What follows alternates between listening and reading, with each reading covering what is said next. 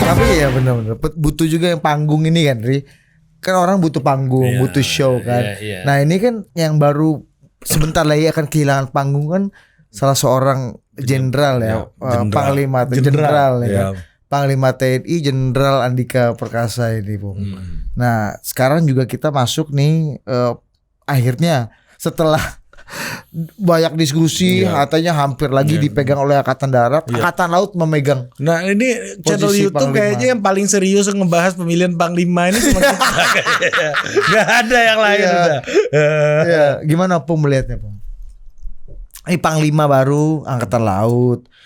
Terus sekarang kan lagi tadi tuh semua orang juga butuh panggung dan butuh show. Dan Pak Andika ini kan salah satu showman yang paling bold lah, jenderal yang paling show. Karena YouTube-nya aja gede kan, Ri.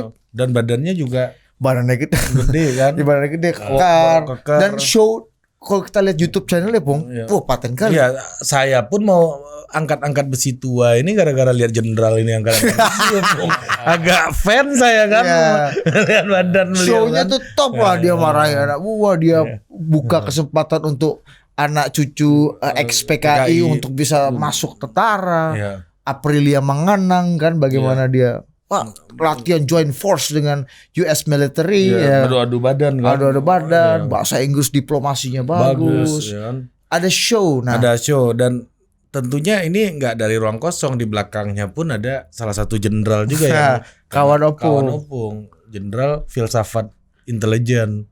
Jenderal Hendro. Nah, coba Pung lihat dulu nggak soal Panglima dulu, Andika dan nanti ke belakang nih. Apanya yang mau dikomentari? Artinya ini kan normal, dia memang sudah waktunya, ya kan? Nanti di bulan Desember ini bersamaan dengan hari kelahirannya, usianya sudah pas diganti, dan kemudian kita sudah bisa baca di periode terakhir ini ada mantan Panglima yang dia bisa jadi katakanlah bisa jadi menteri, ya kan, seperti sekarang bagian Badan Pertanahan, ya kan, ada kemudian jadi kepala staf kepresidenan seperti Muldoko, ada sama sekali tak ada awal seperti siapa Gatot, ya kan, jadi kita bisa baca dalam percaturan itu. Nah ini juga nanti kita nggak tahu Andika ini.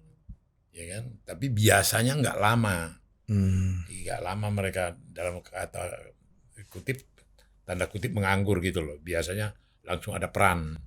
Nah kita nggak tahu ini ada peran apa. Spekulasi banyak, ya kan, bahwa kalau terjadi tahun depan reshuffle bisa dia masuk, ya kan, misalnya ada pikiran juga ke situ.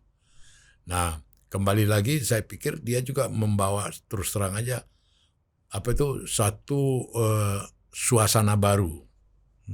Jadi di kepemimpinan Andika ini terutama dalam penegakan hukum. Dia itu terus terang bertangkap, adili perkara ini. Ada dulu yang satu yang menghilangkan orang yang ditabrak, kemudian yang ternyata dan banyaklah kasus-kasus yang diapakan itu. Termasuk sikap dia mengenai mana undang-undang yang mengatur turunannya PKI, mana apa gitu. Ada keberanian yang begitu itu menjadi legend gitu loh, menjadi legend apa dia, karakter dia gitu loh. Dan kebetulan ya memang itu seperti kau bilang tadi, penampilannya, apanya, percaya dirinya begitu tinggi ya, dan memang dalam giliran-giliran itunya kan ada rumus dua kali Angkatan Darat, kemudian baru dari Angkatan Laut apa Angkatan Udara, ya kan, 2 kali Angkatan Darat itu rumusnya. Jadi bukan sekali rolling begitu gitu loh. Kalau Angkatan Darat dapat 2 kali, maka itu Gatot dengan dia Andika, sebelumnya Auri, setelah itu Angkatan Laut gitu loh. Nanti habis ini 2 kali lagi nanti Angkatan Darat. Itu rumus yang kelihatan pola umum. Oh berarti setelah Pak Yudo yang pensiunnya kalau nggak salah November tahun depan ya. Dan nanti di pemilu akan dipimpin lagi sama Angkatan Darat, prediksi Opung. Iya, bisa Angkatan Darat. Siapa yang paling punya peluang nanti di November 2023 menghentikan? Gampang aja yang baca siapa nanti yang ganti Kasat kan, siapa nanti yang kemudian ini. Itu kan bacaannya kan di situ aja. Pangkostrat kan sekarang kan. Siapa yang menurut Opung yang Enggak banyak ini, mereka kan jagoan-jagoannya kan banyak. Artinya yang kepribadian dan karakternya kan banyak mereka. Artinya cukup inilah dari kalau sources angkatan daratnya sama angkatan ininya. Jadi kita nggak terlampau khawatir siapa nanti bagaimana itunya gitu loh. Dan kemudian kita lihat kan TNI Polri ini kan solid dalam arti kata mereka kompak lah gitu loh. Begitu itunya. Ya kelihatan kompaknya sekarang Opung. Karena spanduk solidaritas TNI Polri udah nggak ada lagi. Dulu kan banyak. Pak Hadi ya, jangan Pak Hadi ya. Pak Hadi dan Pak Tito kan. Spanduknya nggak banyak dulu. Di semua markas bos. Kalau sekarang udah nggak ada. Markas tentara, markas polisi kan ada wajahnya Pak Hadi dan Pak Tito itu ya. Solidaritas TNI Polri itu banyak dulu. Kalau sekarang kayaknya makin solid karena spanduknya udah nggak dipakai. Iya kan? Iya nggak perlu pakai spanduk. Iya. Ini. Ada kemajuan. Nah kalau Jenderal Hendro ini gimana nih Bu? Nah Opung percaya nggak? Ada yang banyak yang bukan spekulasi bahwa Pak Andika ini sampai di titik ini juga selain tadi kualifikasi pribadinya yang memang menonjol gitu ya. Ada juga sosok jenderal besar di belakangnya gitu, Jenderal Hendro Priyono. Mertuanya. Iya, kita juga tahu. Ya, Opung melihatnya bagaimana Pak Hendro ini dalam pusaran politik sebagai sekarang. kingmaker. Sebagai kingmaker juga gitu. Dan sebagai orang yang enggak mengenal. juga lah Pak Hendro juga nggak cawe-cawe, nggak ini dia tahu diri juga. Kalau sejauh yang saya tahu ya, dia nggak begitu nyampur-nyampuri juga. Apa yang membuat Opung berpikir kayak begitu? Dia di dunia apa sendiri ilmuwan intelijen aja dia udah sibuk. Loh iya artinya enggak dia bukan orang yang aku tahu mau cawe-cawe nyampuri. Dan saya yakin dan percaya dia pun tidak ngatur si Andika gitu loh. Nah kalau soal menantu ini kan banyak sekarang kalau istilah menantu ya kan. Artinya Luhut juga punya menantu yang Pangkostrat sekarang, ya kan. Hendro punya menantu yang ini. Terus siapa lagi? Ada lagi yang punya mantunya. Dulu si Ria Kudu adalah menantu dari Tri Sutrisno, ya kan. Jadi bukan asing gitu loh. Pramono Edi Wibowo, nah kan, iparnya presiden. Iya, jadi nggak asing. Wismoyo Aris Munandar, dulu kan kerabat ya, Bung ya. Iya. Wismoyo ya. Iya kan? Jadi nggak ini kaitan apa mereka itu nggak satu hal yang aneh gitu loh. Sudah terbangun juga dari dulu memang tradisinya kayak gitu. Tapi Pak Hendro ini, Jenderal Hendro ini di pemerintahan Jokowi ini apakah benar memang punya influence yang cukup besar gitu Pung bagi Pak Jokowi? Kan tadi ada Pak Surya, ada Ibu Mega, ada juga sosok Jenderal Hendro ini. Mitosnya begitu. Iya mitosnya gitu. Ya bukan mitos, memang Pak Hendro ini orang yang bergaul, dekat, ya kan, dekat dengan kita, ya dengan PDI juga dia dekat, ya dengan Ibu Mega juga dekat, ya kan, dengan ini dia orang yang fleksibel dan bergaul sejauh pengalaman saya. Artinya, ya bisa bayangkan dia sendiri datang ke rumah saya. Loh iya dong jalan-jalan. Gimana cerita Bung? Ya artinya datang ke rumah, artinya Gimana cerita Bung? ya sebagai teman aja, ya sebagai bergaul gitu loh, dia tukang bergaul. Jadi tidak aneh-aneh, apalagi keterkaitan tadi dengan Andika segala macam atau kemudian cawe-cawe, dia enggak gitu loh. Jenderal yang intel ini kan agak jarang nih Bung, ya kan? Kualifikasinya kayak beliau ini kan. Iya, tapi maksud aku dia ini orang yang bergaul. Orang yang senang bergaul, senang punya friend, senang punya teman gitu loh. Dan sebagai sahabat enak gitu loh. Ya kan? Ya itu yang aku cerita. Dia sendiri di mana pada ditinggal, ya kan? Di Tangerang Selatan di mana lah ini. Maka kan saya kaget dia sampai di rumah. Dia sama istrinya datang. Opung nggak tahu? Gak tahu, tiba-tiba aja datang. Terus intel ya. Tahu gak jawaban dia? Spion gitu. Ya itulah Hendro gitu loh. Ya, itulah Hendro. Aku aja kaget, ya kan. Istriku aja sampai komplain. Kau kok nggak cerita sih bakal ada tamu?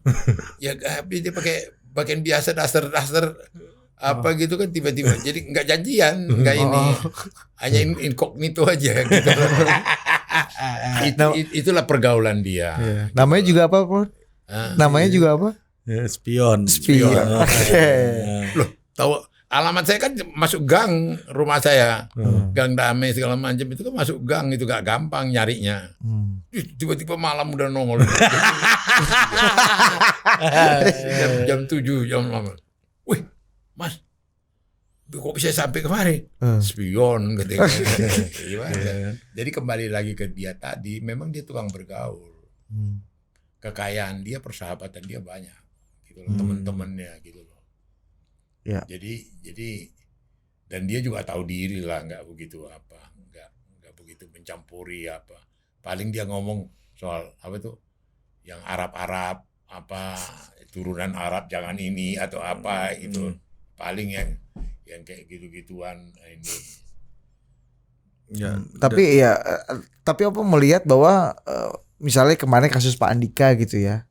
Itu Pak Hendro yang faktor Hendro ada nggak dalam variabel pertimbangannya presiden?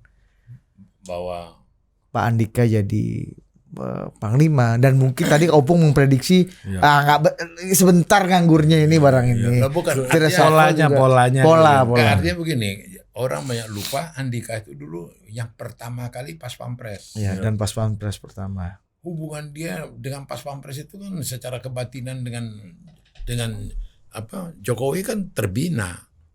Iya dong, 24 jam. Awal kepresidenan ini gitu loh. Sampai waktu aku di Bogor, waktu itu ketemu presiden, dia keluar dari pintu, dia udah di samping pintu. Padahal aku udah jam 10 malam itu. Artinya dia tungguin, dia iniin gitu loh. Jenderal Bintang 2 ya, Bro? Iya, waktu itu gitu loh. Wih, kaget aku bilang.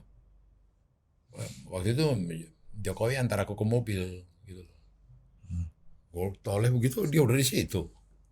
Andika. Jadi kembali ke tadi dengan latar belakang dia pas Pampres dan segala macam, gak heran aku dia jadi panglima gitu loh. Variabel Hendro nggak terlalu menentukan ya.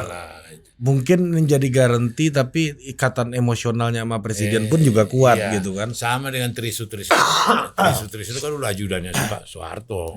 Iya kan. Malah dia lebih melejit lagi bisa jadi wakil presiden. Dan bisa urus badminton juga Susanti dulu. Iya benar. Jadi apa itu faktor kekeluargaan, keapaan dia kita itu juga berpengaruh. Itu kalau itu harus kita akui. Ya karena hubungan informal ini penting dalam politik kita ya. Kalau hubungan informal antara kembali ke Pak Hendro ya, Ri. Kan ini juga kita tahu bahwa Pak Hendro ini hubungannya ibaratnya kalau Bu Mega masuk, Pak Hendro juga masuk gitu. Ini apa tadi? Pekong.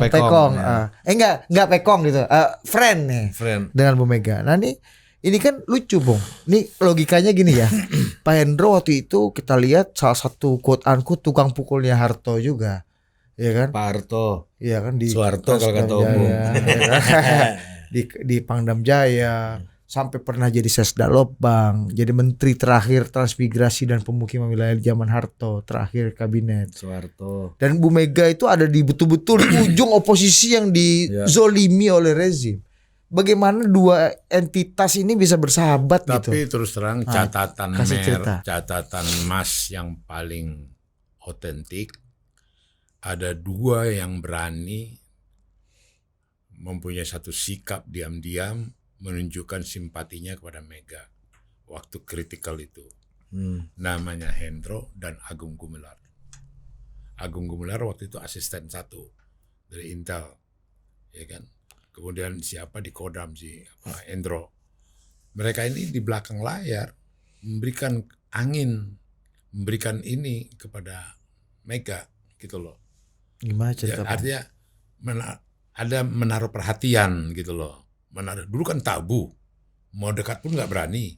Orang ini dua berani, gitu. Jadi saya sendiri yang mengikuti dari awal itu mempunyai memori historis yang tidak gampang dilupakan, keterlibatan mereka mengambil peran pada saat Mega sulit, pada saat Mega disingkirkan gitu loh. Hendro ini sudah dekat dengan kita, Agung Gumelar sudah dekat gitu loh. Maka saya sampai detik ini kalau berurusan dengan mereka ini berdua, akrabnya bukan main. Gitu loh, kedekatannya bukan main. Karena memang dulu mereka berani mengambil risiko. Gitu loh. Berani mengambil risiko. Itu catatan sejarah yang nggak bisa dilupakan itu. Gitu loh. Jadi malah setelah di periode terakhir ini juga ada kegiatan-kegiatan PDI Perjuangan, Hendro ikut. Gitu loh. Ya, datang dia. Jadi dia pengen tahu ada kursus pendidikan kader. Dia lihat gitu loh. Jadi maksud aku dalam percaturan politik mereka itu adalah bahagian yang sangat dekat gitu loh. Itu. Dan pasti kemungkinan yang di endorse Pak Hendro mungkin disetujui Ibu Mega, yang di endorse Bu Mega mungkin juga akan di endorse pula oleh Pak Hendro. Iya. Karena ini hubungan panjang ya. Iya, hubungan historis gitu loh. Apa keberanian apa Pung yang dilakukan sama Jenderal Agung dan Jenderal Hendro waktu itu di masa-masa Orde Baru? Iya. Ya Orde Baru lagi di puncak-puncak kekuasaan, Bro. Lo untuk berkomunikasi aja udah harus punya nyali. Untuk apalagi mau menyambangi atau ada apa? Karena Harto pasti tahu ya. Pak Harto. Kan mau malu nih gua nih. Iya, artinya itu aja sudah bukan berani bertegur sapa aja. Masa hanya karena bertegur sapa, pasti kan ada bantuan secara faktual yang diberikan. Ya, ada bantuan moral, bantuan ini. Itu kan sudah besar sekali perannya kalau menaruh perhatian aja. Atau apa itu friendship, menunjukkan satu tidak permusuhan. Ya kan? Kalau seperti model Sarwan Hamid, ada model Arto itu kan menunjukkan permusuhan kan kepada Mega. Gitu loh. Di mana berkantor Mega di obrak-abrik, berkantor di obrak-abrik gitu loh. Itu dulu sakit kita, dulu di kantor Republika yang sekarang di dekat dulu kantor kita itu. Itu PDI dulu. Iya, kantor kita tuh pindah kita di dekat Semanggi. Aku hadir digerabak lagi. Pindah kemana? Akhirnya kita terpaksa di rumahnya di Kebagusan. Di rumahnya Bu Mega ya. Nah, kemudian di belakang layar yang membesarkan hati kita berkomunikasi ke kita ya Hendro. Gitu loh. Karena di dalam teori di dunia ini Opung ya, semua perubahan sosial yang besar itu, perubahan politik yang besar itu selalu ada dukungan militer ya. Baik itu secara informal kan, ya. Ya terutama secara informal karena nggak mungkin formal. Betul. Dan itu kejadian gitu loh. Hendro dan Agung Gumelar. Berarti waktu Pak Harto berhenti gitu ya. Itu nggak hanya kelompok Islam yang bergerak, nggak hanya yang mendukung Bu Mega waktu itu juga kan, tapi juga adanya anasir militer ini. Ada. Anasir militer ada yang itu. Yang kemudian melahirkan orang-orang kayak Pak SBY kemudian kan. Jenderal Agus Wijoyo. Iya, Agus Wijoyo gitu. Ada.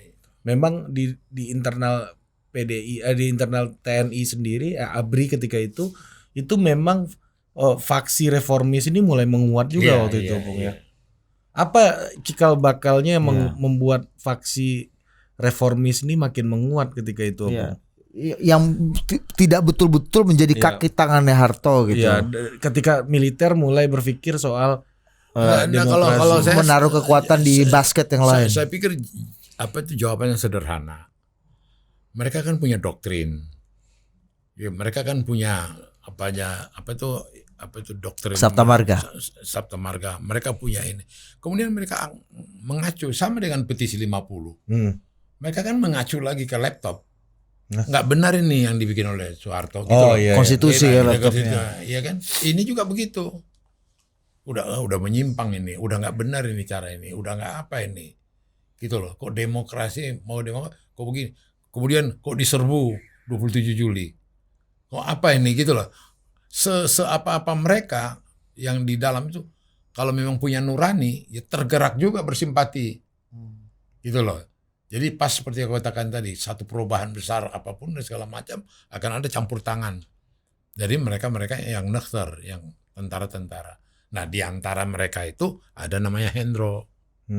Yang ada namanya geng reformis ini waktu itu ya, gitu ya. Harto dengan segala kaki tangan dan kekuatan informasinya, dia apakah tahu membiarkan atau gimana Opung melihatnya? Dan waktu itu Pak Hendro sendiri, Jenderal Hendro sendiri masuk dalam ring satunya Pak Harto.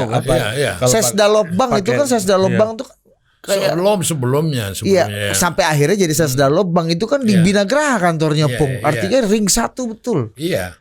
Apal banget loh. Iya. Betul. Kasih dulu ya bisa saja kan. Artinya dia itu kembali lagi nuraninya. Iya. Iya kan nuraninya tergerak, apanya tergerak, lakon gitu loh. Tapi hati kecil dia bersimpati ke Ibu Mega, ya kan.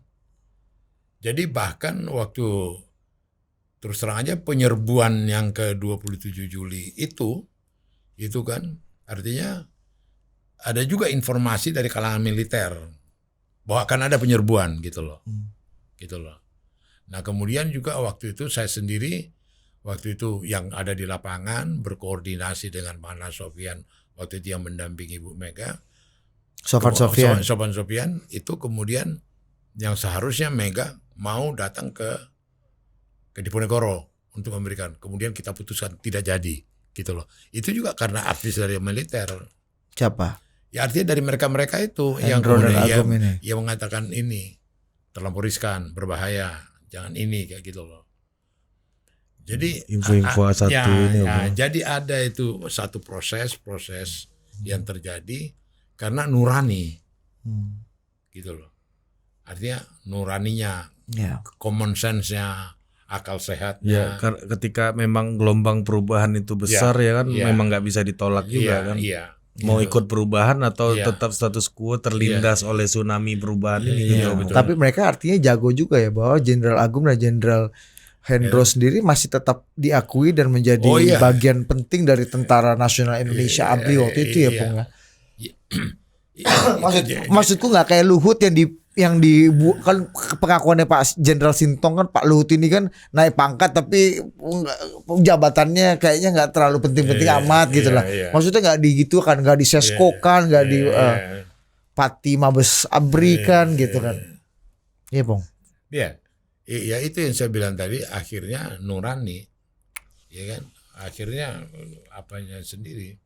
Hati kecilnya sendiri gitu loh. Oke. Kalau Pak SBY waktu itu gimana? Bu Mega bisa punya hubungan emosional waktu itu? Lah waktu itu kalau flashback lagi, dia kan waktu itu semacam satu juru bicara dari langkah reformasinya ABRI Angkatan Darat. Kasaspol waktu itu. Iya waktu itu gitu loh. Di situ pintar dia membawa peran itu sehingga dia bisa berada dalam satu perubahan. Itu kemudian dia ikut menjadi sentrum dari perubahan itu. Itu yang kemudian dia jadi Menko Polkam.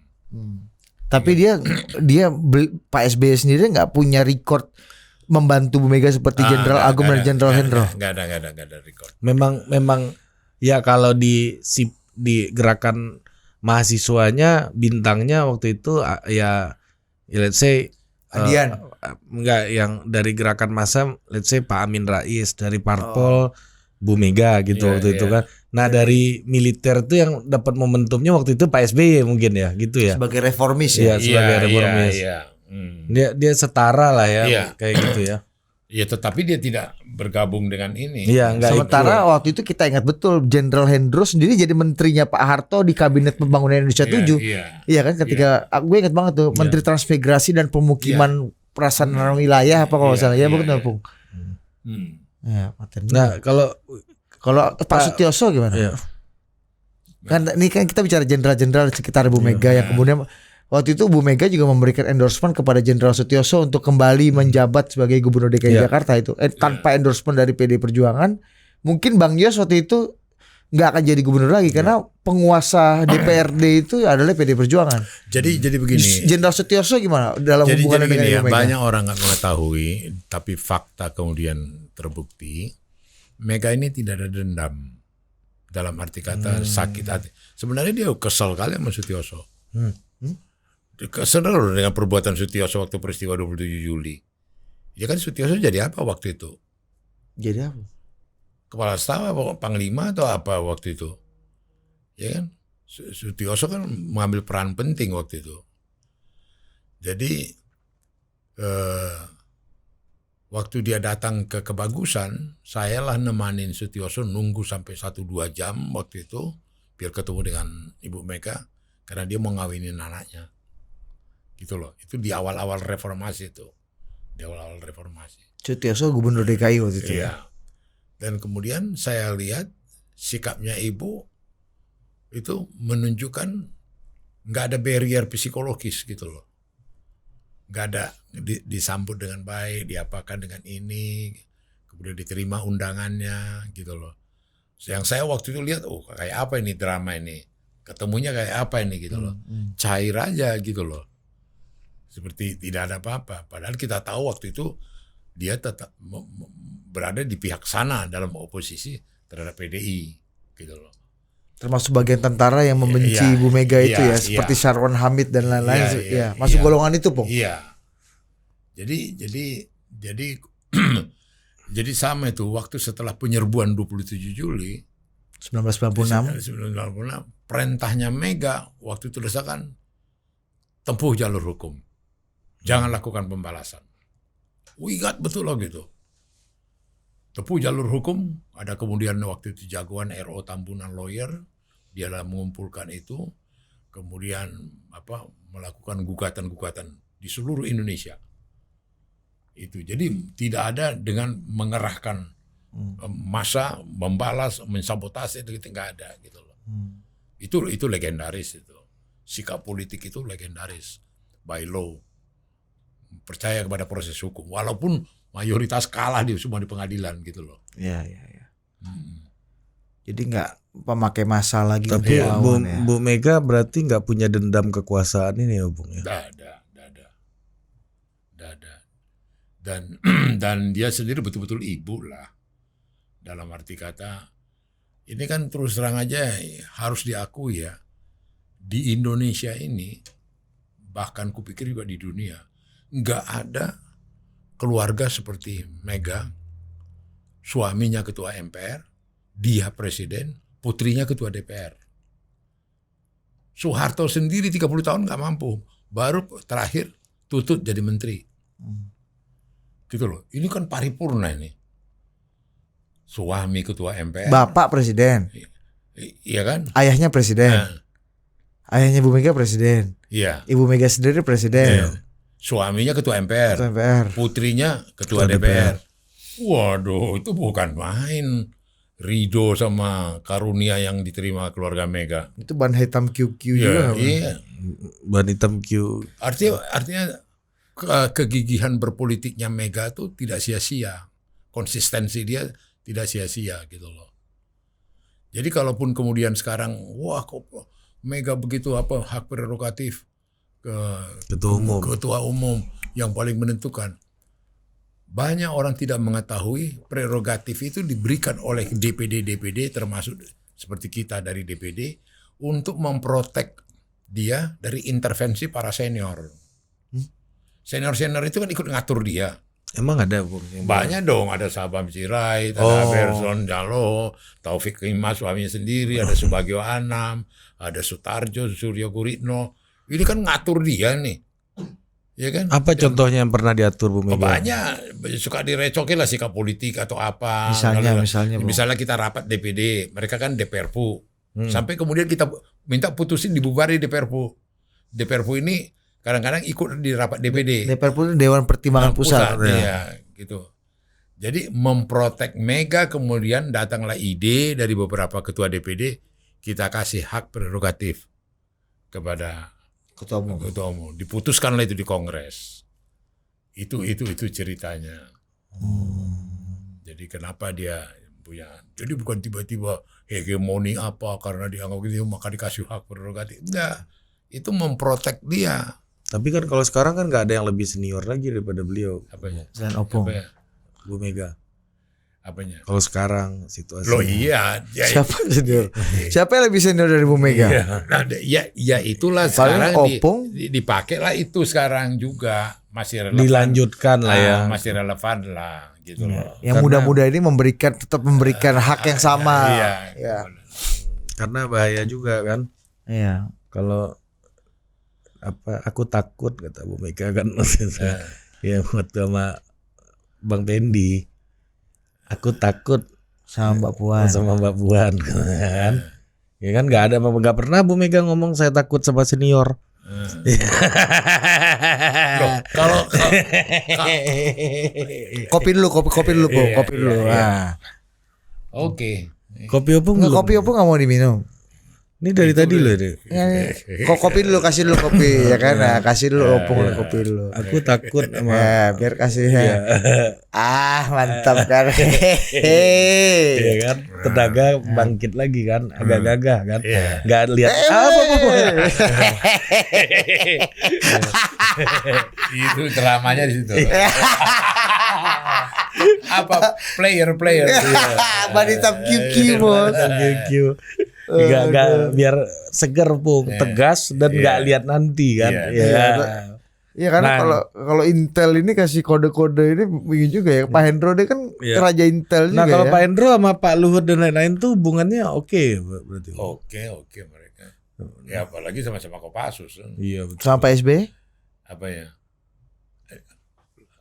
Lain mazhab itu. Gimana? Ya, Kita kan nggak tahu, kita sama-sama taunya tentara sih ya kan. Tentara ini satu warna kalau di mata kita. Hijau loreng-loreng ngomong. Kasih dulu, Bung, kasih dulu. Kasih dulu tipis-tipis respect cerita soal Ya gimana? Pak Hendro dan Pak SBY. Itu kan kelihatan dari langsung wujudnya kan. SBY kan bikin partai. Ya itulah ada sosok dia gitu loh. Ya kan? Nah kalau seperti Agung kan lebih banyak di pabrinya.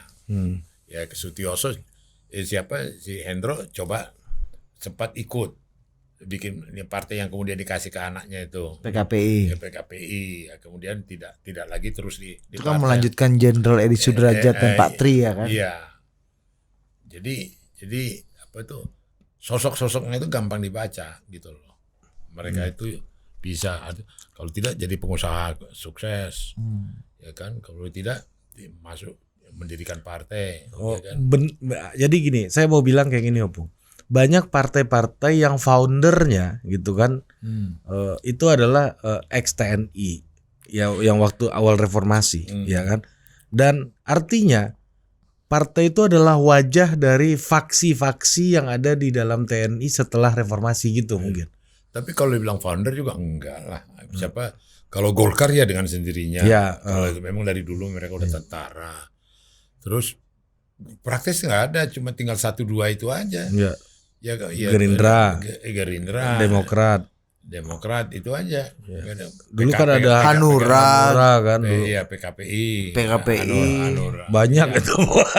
Banyak tuh nggak satu itu. Iya, artinya maksud aku tidak begitu influence juga, tidak begitu mempunyai pengaruh politik yang begitu besar. Nah, para pensiun ini kan. Ya, kalau Golkar itu apa yang membuat semakin lama makin berjarak dengan tentara? Sekarang kan nggak sebanyak itu tokoh sentral tentaranya kan. Sekjennya sekarang tentara. Iya, sekarang tentara itu kan sejak balik lagi itu kan. Dulu ketua-ketuanya mesti tentara. Iya, dulu. Iya, betul. Iya kan, sekjennya sipil. Iya, sekjen sipil Sarwono ini. Iya. Sejak bedanya reformasi, ketuanya sipil, sekjennya tentara. Ini baru sekarang juga nih. Enggak. Dulu Pak Akbar ketuanya tentara, sekjennya tentara. Legend lah. Lama vakum loh. Iya, Pak JK juga sekjennya tentara. Iya kan, Bung? Baru Pak sebelum ini Pak Idrus aja nih. Iya, Pak Idrus Marham aja sekali, Bos. Sebelumnya tentara. Pak JK ya? tuh tentara. Pak Ical itu siapa sekjennya ya? Iya, Pak Idrus. Pak Ical toh yang bukan tentara. Sekarang Pak Erlangga balik lagi tentara. Pak Akbar juga tentara ya? Pak Akbar tentara. Nanti kita bisa cek. Nih gue cek ya. Ya coba lu cek dulu. Lalu sambil ngomong aja Pung. Iya. Kenapa dulu kan sampai ketua-ketuanya tentara semua, sekarang udah beda gitu. Dan sekarang ini ada pertanyaan apa? Ya ini kan nggak setentara itu Golkar. Kalau dulu kan partai ABG itu kan. Oh Iya iya. kan. Kalau ada transformasinya dari ABG ini. Ya itu yang saya bilang tadi, apa itu jangkar mereka itu ada Soksi, ada Kosgoro, MKGR, ya kan. Belum lagi dari organisasi-organisasi lain. Artinya yang mereka ada juga orang-orang Gemeni, ya, orang HMI, Oh iya. orang di dalam ada ini gitu loh. Jadi faksi-faksi ini banyak ngambil peran. Tidak sedominan tentara lagi gitu loh. Oh faksi-faksinya yang lama yang udah ini menguat gitu ya. Itu. Nah kemudian ya karena mereka partai yang dibesarkan oleh tentara, dia pengen tentara, ya chemistry-nya nggak heran kita. Ya kan kalau kemudian sekarang terakhir sekjennya tentara. Ya kan? Ludwig ya. Ya memang kayak gitu ya. Gimana dia? Udah temu lo? Ini dia. Nah, Lanjut. nah itu apa namanya? Nah, Budi Arsono kalau nggak salah, jenderal. nah dulu bisa cerita ini juga Pung, soal difungsi ABRI itu kan agak cepat dan nggak begitu gejolak dulu penghapusannya kan, cukup smooth kan di DPR dulu. Loh ya itu banyak orang yang berpikir kemudian pecah kita, kemudian berantakan segala macam. Bisa smooth transfer itu gitu loh. Ya kan reformasi itu bisa tidak berdarah-darah. Walaupun waktu itu ada korban peristiwa Trisakti, Semanggi 1, Semanggi 2 dengan tapi secara keseluruhan Indonesia tidak begitu berbeda dengan 65 ya kan 66. Memang ada jutaan mati ya, pembunuhan massal ya. Ini beda gitu loh. Nah, di situ kelihatan, disitulah bangsa kita ini sudah bangsa yang sudah lebih dewasa berdemokrasi, sudah lebih ini gitu loh, sudah lebih waras gitu loh. Jadi ini juga satu hal yang sehat dalam konfigurasi sekian ratus suku kita, ya kan, sekian pulau, sekian bahasa dan segala macam, bisa menjadi satu bangsa yang katakanlah dari segi bahasa aja menyatukan kita bukan main. Gimana orang Batak, bagaimana orang Madura, bagaimana orang Papua, orang Solo belajar Melayu. Iya kan, belajar Melayu. Jadi bahasa Melayu gitu loh, bisa gitu loh. Dan kemudian juga dari segi persatuan dan kesatuan, kita banyak kali pernah terancam mau pecah Indonesia ini, sama seperti pengalaman Vietnam Utara, Vietnam Selatan, Korea Utara, Korea Selatan. Kita tidak pecah gitu loh. Itu satu hal yang betul-betul nyata, terukur. Dan kemudian waktu DITI di Kahar Muzakar di Sulawesi Selatan, Kartosuwiryo di Jawa Barat, terus Daud Breh di Aceh. Itu bisa Indonesia bisa seperti India, pecah Pakistan Timur, Pakistan Barat, pecah jadi Bangladesh. Bisa gitu loh. Itu tidak terjadi ke kita. Ya kan? Bagaimana Soekarno dibantu oleh Rusia, sama seperti Ho Chi Minh dibantu oleh Rusia. Ya kan? Berhadapan dengan bapaknya si Prabowo Sumitro yang dibantu oleh Armada ke-7, yaitu Alan Pope yang pilot yang ditembak jatuh itu, dibantu oleh Amerika. Seharusnya kita bisa pecah seperti Vietnam Utara, Vietnam Selatan, Korea Utara, Korea Selatan. Tidak gitu loh. Dan tidak ada negara lainnya mendamaikan kita. Tidak ada campur tangan PBB. Bisa baik gitu. Kayak UNTAD. Iya, UNTEA segala macam. Kita bisa baik itu bangsa ini. Jadi bangsa ini kuat gitu loh. Punya karakter kebangsaan yang betul-betul solid, yang nggak gampang dipecah belah. Dan itu sudah terbukti gitu loh. Jadi itu yang saya bilang tadi, bahwa hanya satu kesalahan sejarah. Jadi gejolak PKI, peristiwa PKI beda dengan DITI, beda dengan PRRI Permesta. PKI itu dipelihara Soeharto. Dipelihara dia isu PKI ini. Isunya. Jadi dipelihara. Iya. Jadi dibikin Laksus, dibikin Komkam, Dibikin mitos ya. dibikin mitos. Takut-takut. Terus Iya. sampai seperti Gatot bisa terpancing terjebak PKI atau kemudian masih ada PKI gitu. Itu dipelihara. Dulu bangsa ini 5-6 tahun sudah selesai. Nggak pernah bergaul. Hati-hati, itu bekas DI atau TI. Nggak ada. Awas itu Bapak Heru PRRI, Permesta. Nggak ada. Tapi PKI langgang. Dia aja dipelihara dia untuk legitimasi kekuasaannya. Itulah kesalahan sejarah yang sampai sekarang Ini si masih susah kita ini kan. Ya, tapi kok ya di zaman Budi ini motong-motong opung ngomong terus pakai PKI ini pasti orang kita hentam. Ya bisa dipakai kayak gitu kan opung ya. Iya. Iya kan? Itu Nggak senang muki aja bisa dituduh PKI kan. itu hanya itu aja kesalahan. Yang lainnya kita selesai solusi semua rekonsiliasi bangsa ini begitu kuat gitu loh. You bisa bayangkan bagaimana kau masuk Cianjur, bagaimana kau masuk ke Cirebon, bagaimana kau lewat dari puncak baku bunuh, baku dengan DITI. Bagaimana pertempuran di Makassar, bagaimana di Goa, bagaimana di Toraja, bagaimana di Aceh. Baku bunuh, mengeri loh. Perang yang paling kejam di dunia ini perang saudara.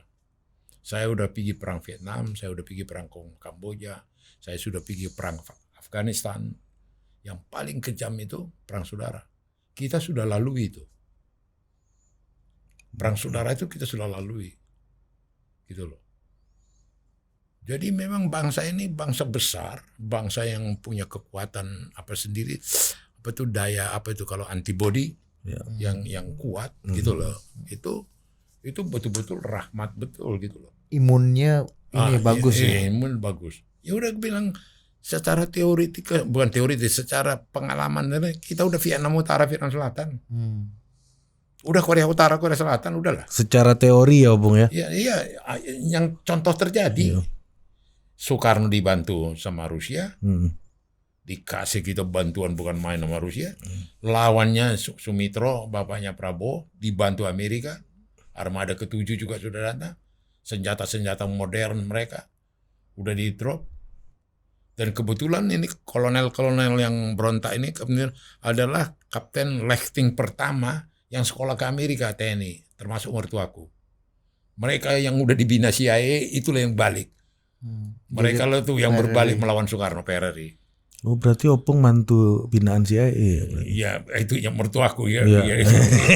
Tapi di zaman Harto, Opung nggak kena bersih lingkungan. Iya. Ya karena PRRI dimaafkan, bahkan salah satu pentolannya Profesor Sumitro Joyohadikusumo jadi menterinya Harto dulu kan? Iya Pung ya. Iya betul. Artinya nggak ada laten PRRI Permesta ini kan. Padahal itu lebih nggak kalah sengit juga nih kan barang ini. Baku bunuhnya jelas ya tadi ya Pung ya. Brothersnya lebih kelihatan di situ kan. Maka kemudian peristiwa PRRI Permesta itu kemudian melahirkan tokoh-tokoh nasional. Ahmad Yani, disitulah muncul kejagoan dia waktu mendarat di Sumatera Barat. Disitulah muncul Ali Sadikin dengan marinir yang mendarat di Manado. Oh, di Sumual tuh Ali Sadikin yang membereskan ya. Muncullah kemudian siapa? Yusuf. Benny Murdani waktu mendarat di Sumatera Utara. Artinya itu melahirkan pemimpin jagoan baru ya. Jadi intinya setiap konflik itu kan akan melahirkan manusia-manusia di bidangnya masing-masing lah gitu, Bung ya. Mantap juga nih Bung nih. Enggak, banyak orang lupa, bangsa ini bangsa yang dahsyat. Bangsa yang kuat. Jadi terus terang aja mau dipecah belah, apa kadrun, cebong atau apa, gak ada ngaruh lah gitu loh. Karena apa? Sama itu Ruslan Abdul Ghani, guru besar saya dulu di Universitas Bung Karno. Dia bilang budaya Indonesia itu menjadi pematre yang membuat lengket kohesif itu. Karena apa? Budaya itu bisa menetralisir. Saya Islam, dia bilang. Saya masih mutih, masih nyekar, masih nyepi, masih ini semua sirik. Gitu loh, nggak benar itu. Tapi karena saya Jawa, saya lakukan itu. Gitu loh. Nah kau katanya ada temanku orang Padang, saya hebat-hebat Islammu. Ya kan? Kau tidak bisa mengabaikan nenek mama. Masih buru babi kita. Iya, nenek mama. Nah, artinya Indonesia ini bukan Lebensraum istilah dia, bukan ruang hidup daripada radikalisme. Karena kekuatan budaya. Gitu loh. Panda orang apa? Orang Batak. Apa itu tolu-tolu? Oh, Daliana tolu aku bilang. Apalagi hula-hula yang dianggap setara sekuasa dengan Tuhan. Gitu loh. Ya kan? Jadi budaya itu sendiri, kultur itu sendiri menjadi penetralisir, perekat daripada bangsa ini. Gitu loh. Lu bayangin begitu rapuhnya, begitu apanya, gitu. Sampai sekarang beda kita dengan Filipina, dengan Tagalog apa mereka, dengan Thailand, belum Malaysia dengan 3 bahasa, ya bahasa Inggris, bahasa Melayu, bahasa Cina, gitu loh. Solidaritas kita, waduh. Banyak pemimpin, banyak orang pejuang di seluruh dunia ini yang mampu melahirkan sebuah negara bangsa, tapi tidak semuanya mampu melahirkan sebuah bahasa. Iya. Singapura pakai bahasa Inggris, Malaysia bahasa Inggris kan. Benar. Amerika, dan bahasa Indonesia bukan bahasa mayoritas. Bukan, iya. Kalau mau mayoritas dulu tahun 28 bahasa persatuannya bahasa Jawa. Iya. Tapi dipilih bahasa Melayu. Amerika aja negara superpower pakai bahasa Inggris. Iya, betul. Itu aku dengar itu bahasa, kenapa pilih bahasa Melayu, grammarnya. Grammar, ini masalah grammar. Sampai jumpa lagi di Total Politik berikutnya. Ada.